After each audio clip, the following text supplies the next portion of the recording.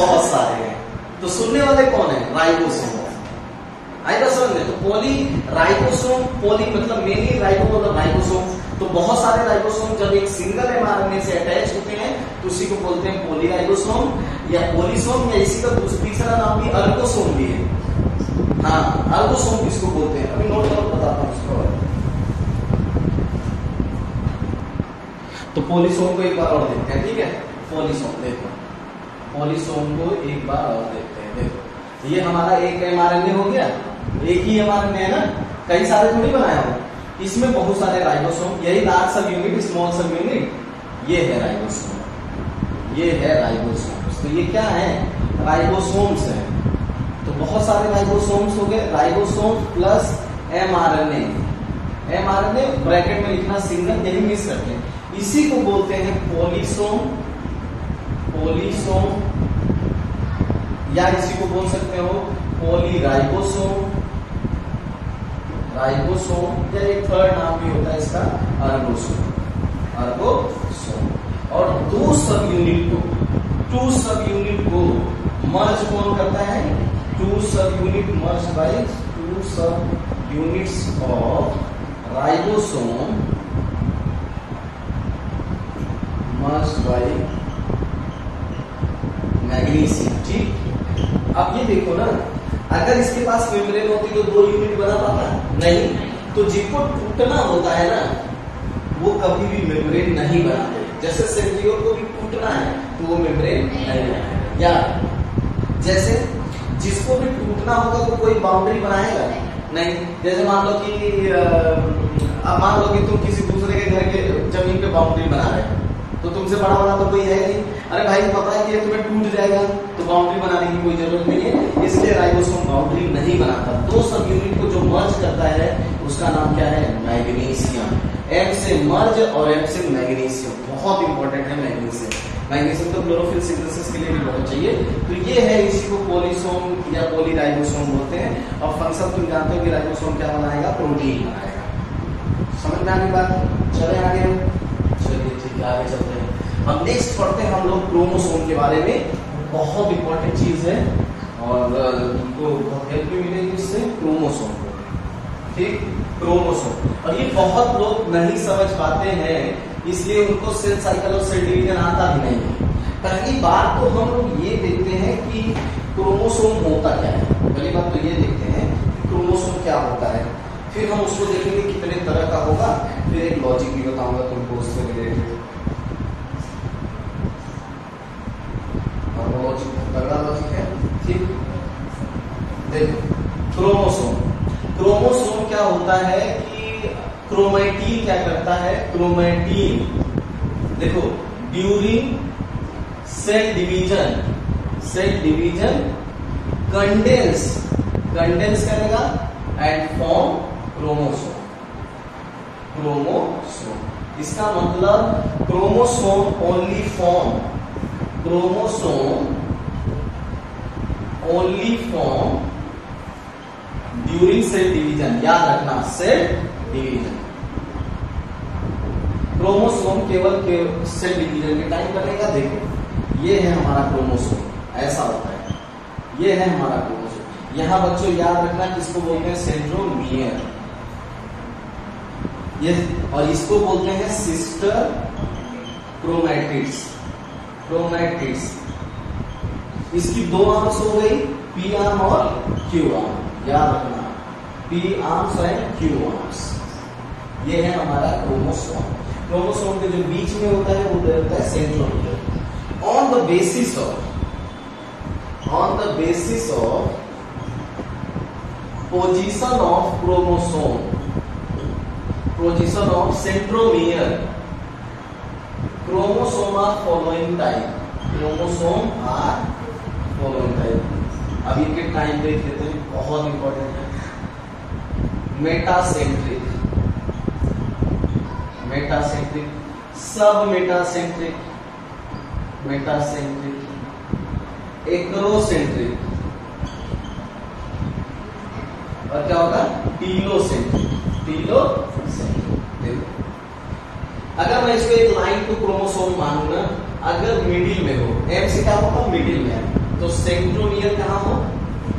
Middle में, middle में। अगर सेंट्रोमियर एकदम बीच में हो, ठीक, और पी आर्म इक्वल टू किसके हो? क्यू आर्म को बराबर होती है, तो उसको बोलते हैं मेटासेंट्रिक। सेंट्रोमियर कहाँ हो? मिडिल में हो, मिडिल में। अब क्या हुआ? सेंट्रोमियर थोड़ा ऊपर आ गया, ठीक है, तो सेंट्रोमियर कहाँ, ये सेंट्रोमियर कहाँ पहुंच गया? थोड़ा सा ऊपर, ये हमारा मिडिल है, ठीक है। Centromere slightly above middle point, middle point से थोड़ा ऊपर चला गया, तो इसी को हम लोग बोल देते हैं सब मेटासेंट्रिक। थोड़ा सा ऊपर हो जाए, ऊपर की तरफ, इसको ऊपर की तरफ लेते जाना है, ठीक। चलो और चलो यहां पहुंच जाओ, तो ये क्या हुआ? सेंट्रोमियर नियर द टिप, याद रखना नियर द टिप, तो इसका नाम पड़ गया क्या? एक्रोसेंट्रिक। ऊपर ऊपर चलता गया, टीलोसेंट्रिक मतलब टिप पे पहुंच गया। Centromere at the tip of chromosome, chromosome, तो इसी को हम लोग बोलते हैं टीलोमियर, ठीक। अभी डायग्राम देखो जैसे बनाए, जैसे देखो अब ये मैं बना दूं डायग्राम, सेंट्रोमियर मिडिल में है तो मेटासेंट्रिक, ठीक है। अब देखो थोड़ा थोड़ा खिसक रहा है, तो ये क्या हो गया? सब मेटासेंट्रिक। चलो सब मेटासेंट्रिक, सब मेटासेंट्रिक हो गया, ठीक। ऊपर खसक रहा है ना, ऊपर से थोड़ा और ऊपर चला जाए, ठीक। तो इसका मतलब क्या होगा? एक्रोसेंट्रिक। अब पूरा टिप पे पहुंच जाए, ये टिप पे हो जाए, छोटा छोटा बन नहीं पा रहा है, ये एकदम टिप पे पहुंच गया ना, तो इसी को बोलते हैं क्या? टीलोसेंट्रिक।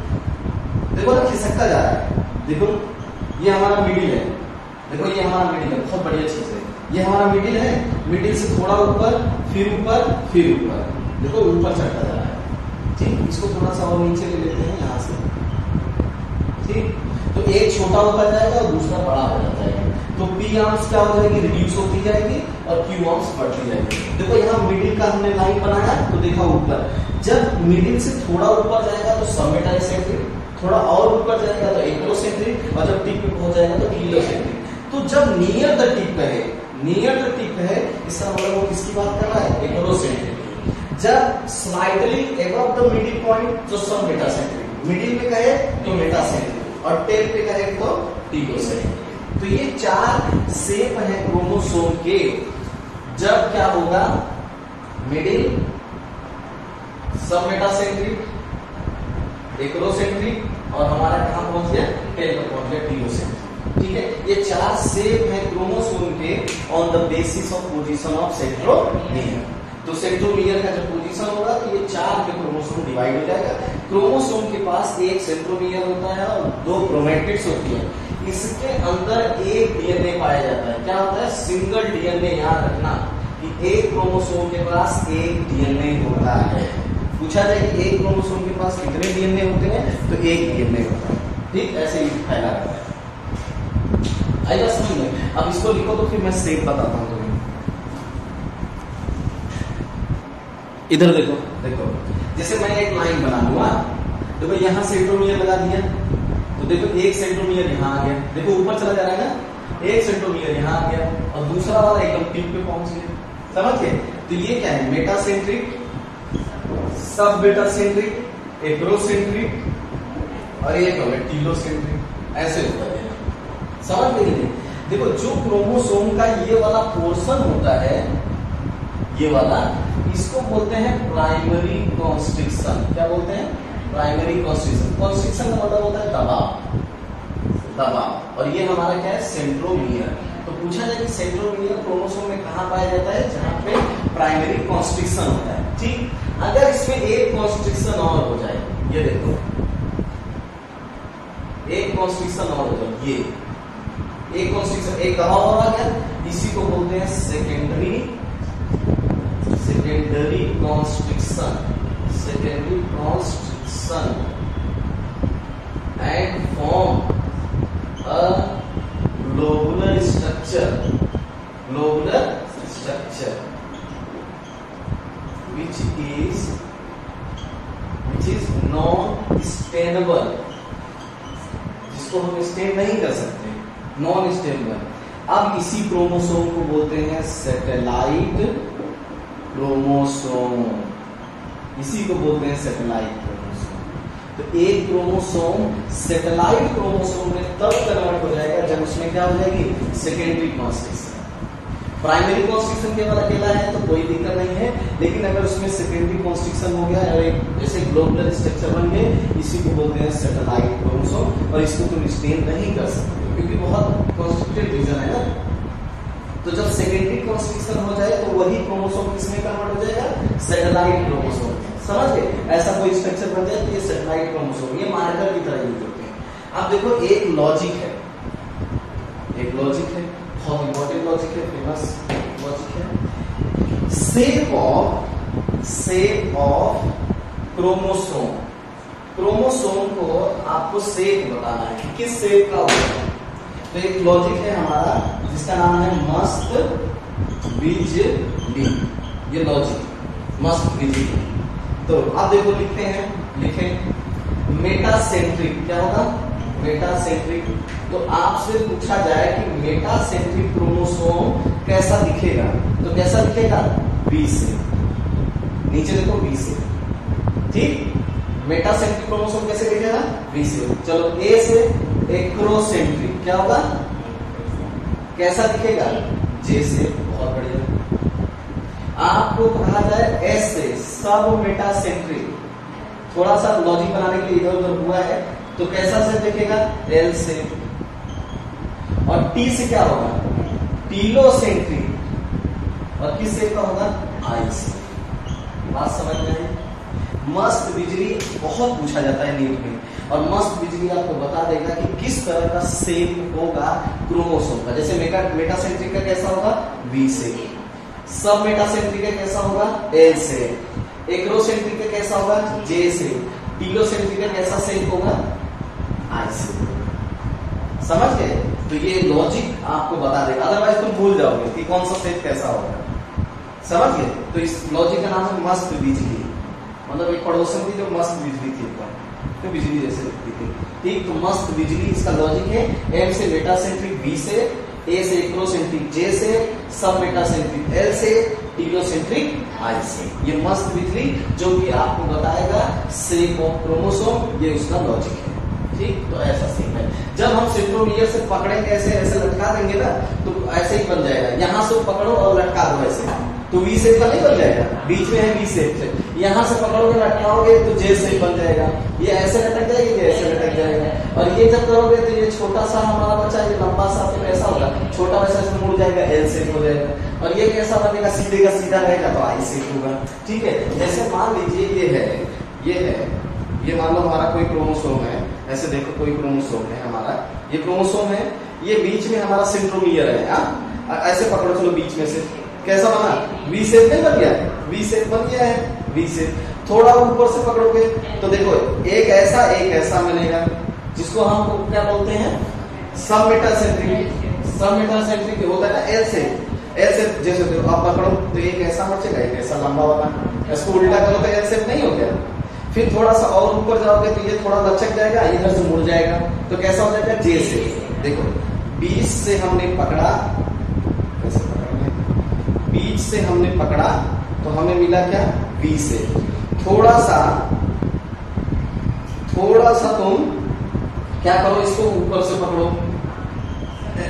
ठीक है। थोड़ा ये बीच था, थोड़ा ऊपर पकड़ो तो एक एल बन गया, सब मेटासेंट्रिक। थोड़ा और ऊपर करोगे ये थोड़ा बचेगा, ये इधर से मुड़ जाएगा थोड़ा सा, जब मुड़ जाएगा तो जे शेप हो जाएगा। और जब टी से पकड़ोगे तो कैसा बनेगा, आई से।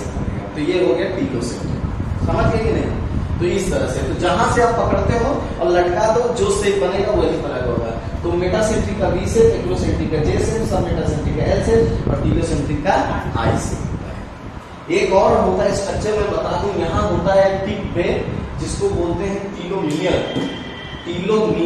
टिप में होता है टीलोमियर, याद रखना, सेंट्रोमियर नहीं, टीलोमियर, जो सील कर देता है एंड ऑफ क्रोमोसोम को। और एक बार नीट ने क्वेश्चन पूछा था, जब कैंसर हो जाता है ना, देखो जब नॉर्मल सेल होती है तो इसका रेप्लिकेशन नहीं होता, तो हमारा क्रोमोसोम छोटा होता जाता है, हमारी एज बढ़ती जाती है। लेकिन जब कैंसर जिस सेल को हो जाएगी उसमें टीलोमियर का रेप्लिकेशन हो जाएगा, तो उस सेल की डेथ कभी नहीं होती। इसीलिए कहते हैं कैंसर सेल कभी मरती नहीं है। किसकी वजह से? टीलोमियर की वजह से, क्योंकि टीलोमियर उसमें रेप्लिकेट कर जाएगा। जिसमें भी टीलोमियर रेप्लिकेट करेगा वो कभी मरेगा नहीं। नॉर्मल कंडीशन में ये रेप्लिकेट नहीं करता। क्यों नहीं करता? क्योंकि हमारे पास टीलोमरेज एंजाइम नहीं है, हमारे पास टीलोमरेज एंजाइम नहीं है। लेकिन कैंसर सेल के पास टीलोमरेज एंजाइम है, तो टीलोमियर को रेप्लिकेट करेगा। जब टीलोमियर को रेप्लिकेट करेगा तो उसकी एज बढ़ेगी नहीं, और जब बढ़ेगी नहीं तो वो मरेगी नहीं, मरेगी नहीं तो क्या होती? इमॉर्टल। इसीलिए कैंसर सेल इमॉर्टल मानी जाती है। अगर कैंसर सेल की इस टीलोमियर को रोक दिया जाए बढ़ने से, इसका रेप्लिकेशन रोकते, तो इसकी भी एजिंग होगी, और जब एज होगा तो मरेगा।